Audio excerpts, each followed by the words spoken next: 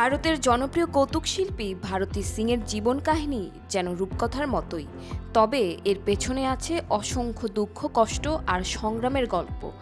আজ তিনি দেশের অন্যতম সফল ও সর্বাধিক পারিশ্রমিকপ্রাপ্ত নারী কমেডিয়ান, যার সম্পদের পরিমাণ প্রায় ৩০ কোটি টাকা।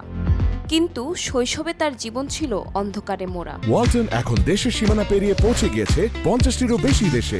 ওয়ালটন, ঘরে ঘরে, বিশ্বজুড়ে। মাত্র ২ বছর বয়সে বাবাকে হারান ভারতী। সংসারের দায়িত্ব এসে পড়ে মা ও ২ বড় ভাই বোনের উপর। পরিবারের অভাব পূরণে মা অন্যের বাড়িতে রান্না করতেন, টয়লেট পরিষ্কার করতেন। কাজ শেষে যে বাসি খাবার পেতেন সেটাই হতো তাদের দিনের আহার। ভারতীর স্মৃতিতে উৎসবের দিনগুলো ছিল সবচেয়ে কষ্টের।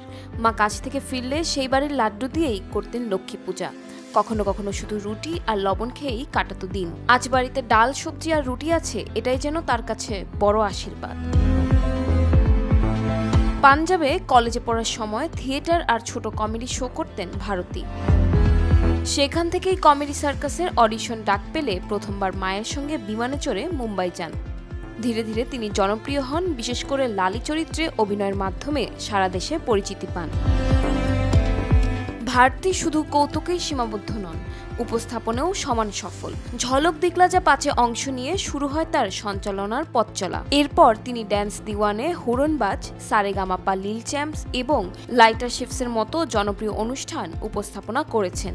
এছাড়া নিজের ইউটিউব চ্যানেল ভারতী টিভি ও স্বামী হর্ষ লিম্বাচিয়ার সঙ্গে লাইফ অফ লিম্বাচিয়াস পরিচালনা করেন।